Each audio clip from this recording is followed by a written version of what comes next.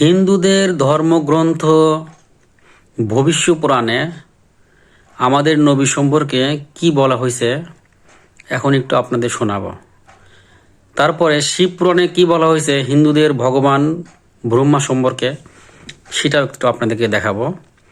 তো এখন আপনারা শুনুন ভবিষ্য পুরাণে আমাদের নবী সম্পর্কে কি কথা বলা হয়েছে। তার আগে ভবিষ্য পুরাণের আরেকটু কাহিনী বলে দিচ্ছি, মানে এটাও ভবিষ্য পুরাণে আছে।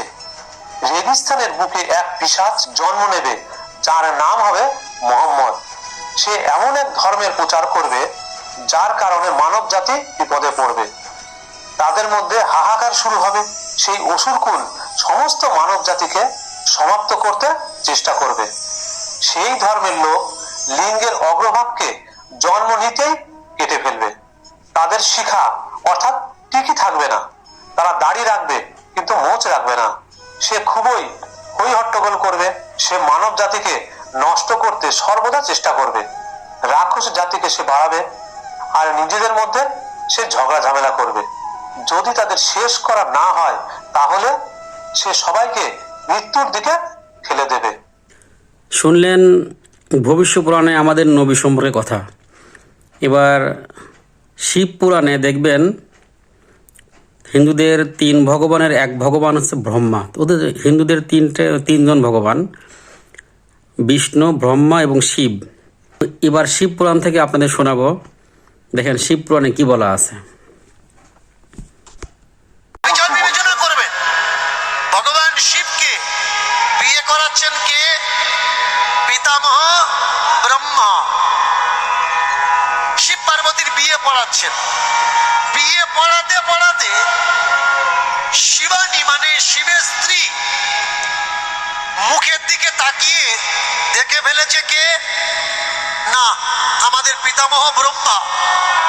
রূপ দেখে নিজেকে ধরে রাখতে পারলে না, পিতামহ ব্রহ্মার বীর্য স্খলন হলো। এটা আমার কথা নয়, শাস্ত্র গ্রন্থের কথা। এবার বলো, যে পার্বতীকে দেখে শিবের বউকে দেখে যার বীর্য স্খলন হয় সে কখন ব্রহ্মা হয়? আগে বিচার করুন ও ব্রহ্মা নাকি ধ্বজভঙ্গ রোগী। আর এই তথ্য আপনারা কোথায় পাচ্ছেন? এই তথ্য পাচ্ছেন শিব পুরাণ জ্ঞান সংহিতা পাতা নম্বর 71 শ্লোক 61-62। যে গ্রন্থে তাদের ভগবান সম্পর্কে এত নোংরা কথা লেখা থাকে সেই গ্রন্থটা কতটা বিশ্বাসযোগ্য সেটা আর বলার অপেক্ষা রাখে না। আমাদের নবী মানবকুলের শ্রেষ্ঠ মানব, আমাদের নবী নবীকুলের শ্রেষ্ঠ নবী। তাহলে যে ধর্মগ্রন্থে এই সমস্ত নোংরা কথা লেখা থাকে সেই ধর্মগ্রন্থের কাছ থেকে আমরা কি ভালো আশা করতে পারি? যেমন অন্য ধর্মের যে সকল ধর্মগ্রন্থ আছে সবগুলোতে অসঙ্গতি। একমাত্র কোরআন একমাত্র ধর্মগ্রন্থ যেখানে কোনো অসঙ্গতি নেই, যেখানে কোনো ভুল নেই। বহু অমুসলিম নাস্তিক ভুল ধরতে এসে নিজেরাই নাকানি চুবানি খেয়ে পালিয়ে গেছে। সুতরাং আল্লাহর প্রদীপ জ্বলবে চিরন্তন, সেটা যদি একটা মাটির প্রদীপও হয় সে প্রদীপকে কখনোই নিভানো যাবে না। ইন্নাল্লাহা আলা কুল্লি শাইইন কাদির।